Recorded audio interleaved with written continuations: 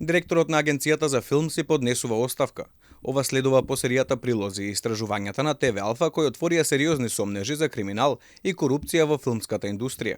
Владимир Ангелов во изјава за Алфа вели дека не чувствува одговорност зашто на функцијата бил нешто повеќе од 6 месеци. Се надева дека друго раководство можеби ќе има повеќе можности за да ги санира состојбите. Пред една недела имав состанок со министерот, новиот Љутков, на кој што искрено му понудив дека доколку јас сум решението, односно моето заминување кој е решение за проблемите во кои што се наоѓа агенцијата, дека веднаш ќе си дадам оставка. Се надевам дека новата власт ќе донесе некој кој што ќе има поголема соработка со кого што ќе имаат поголема соработка, со кого кој што ќе има директни контакти со врвот на оваа власт и дека на тој начин многу брзо би се разрешиле состојбите и во агенцијата и во денеста.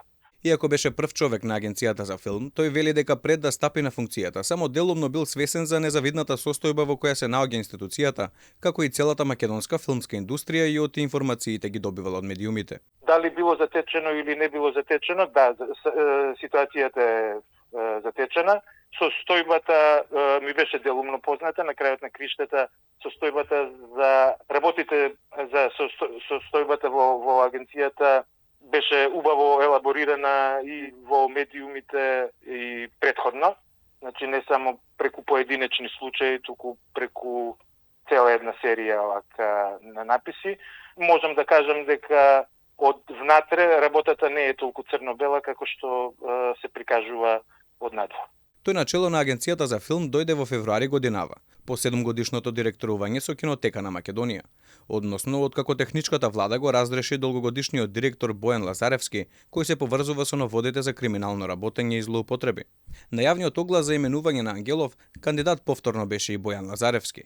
Работењето на претходникот Лазаревски беше одбележано со иницијативата на Државната комисија за спречување корупција до обвинителството за кривично гонење поради несовесно работење и трошење на буџетските средства, како и крајно негативниот извештај на Државниот завод за ревизија за истите проблеми. Но владата одбиваше да го разреши и му го продолжуваше мандатот. Додека пак работата на неговиот наследник Ангелов, кој денес си поднесува оставка од функцијата, ја одбележа скандалозниот инспекциски надзор од Министерството за култура, во кој меѓу другото се нотира дека Агенцијата за филм била заробена од мала група филмаџии кои преку судри на интереси и злоупотреби на позициите си ги вртеле народните пари меѓусебно, помеѓу затворен круг на продукциски куќи, блиски до друштвото на филмски работници.